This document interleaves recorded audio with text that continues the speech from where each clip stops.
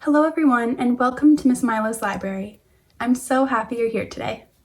We are going to be reading Everybody Cooks Rice by Nora Dooley, illustrated by Peter J. Thornton. So let's get started.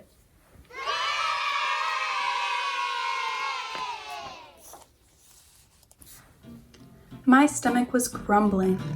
Mom was cooking dinner, and I couldn't wait to sit down and eat.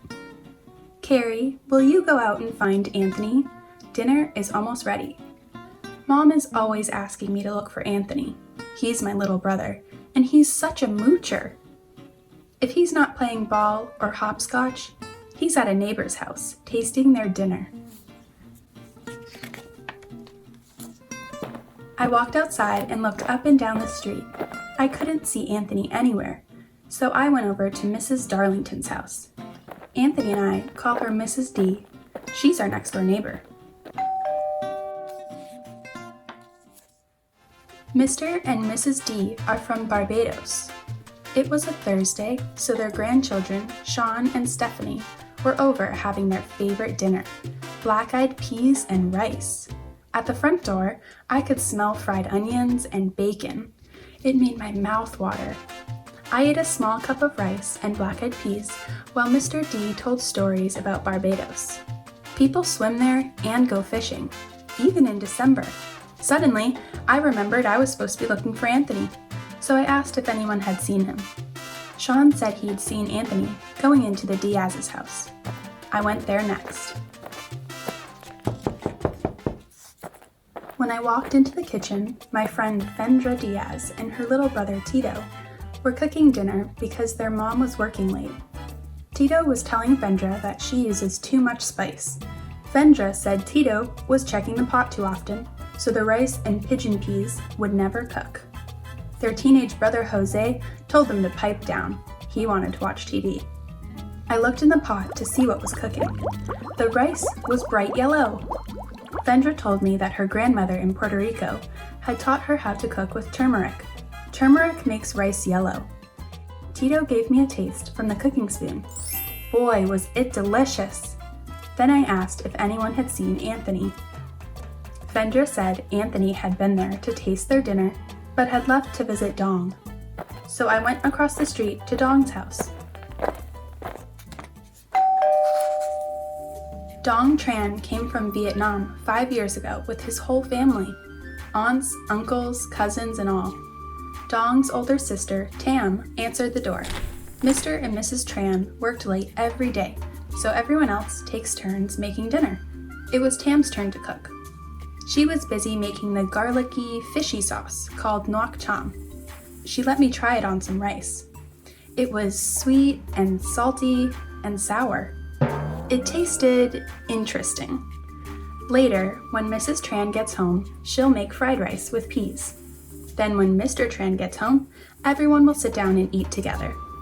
When I asked if anyone had seen my brother, Dong said that Anthony had been helping Mrs. Hua and Mei Li with their groceries. The Huas live on the corner, so I started to walk up the street. Carrie, wait up, someone called. It was my friend Rajit. He was carrying 3 round metal boxes all clipped together. Something inside smelled delicious, so I asked him what it was. Rajit said his parents were working at their video and gift shop, so he was bringing the leftovers in a tiffin carrier. There was a big party at the Krishnamurthi's house last weekend, so Rajit's mother cooked a fancy, colorful Indian dish called biryani. It's made with peas, cashews, raisins, lots of spices, and a special kind of rice called basmati rice. I had tasted biryani at Rajit's house the last time I went out looking for Anthony. When I told Rajit that I was looking for my brother again, he said Anthony and Mei Li were blowing bubbles out a window at the Hua's house. The Huas came from China a year ago. Mrs. Hua is just learning how to speak English. We smile at each other a lot. Mrs. Hua was steaming white rice for her family and the boarder who lives in the back room. She was also making tofu and vegetables in the wok. That's a big pan with a round bottom. Mrs. Hua always makes me sit down and eat something when I come over. Everyone at the Hua's house uses chopsticks. Mei Li, who is only 3.5 years old, can even pick up a single grain of rice with her chopsticks. Mei Li laughed at me when I tried to use chopsticks and dropped some vegetables. She said Anthony was bye-bye, so I decided to try our backyard neighbors, the Blues. The Blues are from Haiti. Their cat just had kittens, so Anthony wanders over there a lot. Mrs. Blue teaches English at the community center. We get to call her Madame Blue. Madame Blue speaks 3 languages, French, English, and Creole. When I walked in, Madame Blue was making a Creole-styled Haitian dinner.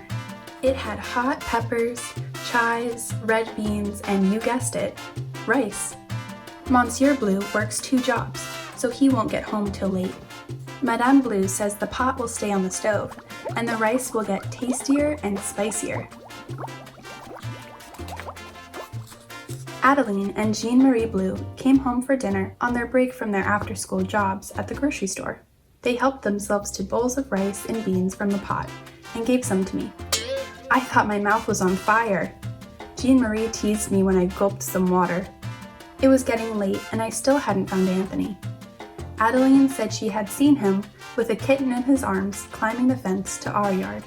I said thanks and au revoir, that means goodbye, and hurried home. When I walked into the house, Anthony was showing the kitten to our baby sister Anna. He was explaining to Mom that he was only borrowing the kitten. Mom was putting dinner on the table. Her grandmother from northern Italy taught our grandmother who taught Mom how to cook risi e bisi, rice with green peas. Mom puts butter, grated cheese, and some nutmeg on it. It smelled so good, but my stomach wasn't grumbling anymore. I told Mom that I was too full to eat. Anthony said he wanted to eat his dinner, even though he was full, because he loves rice. And that afternoon, he found out that everybody cooks rice. The end. I hope you all enjoyed Everybody Cooks Rice. It's one of my personal favorites. Come back soon to check out some more books. I'll see you next time.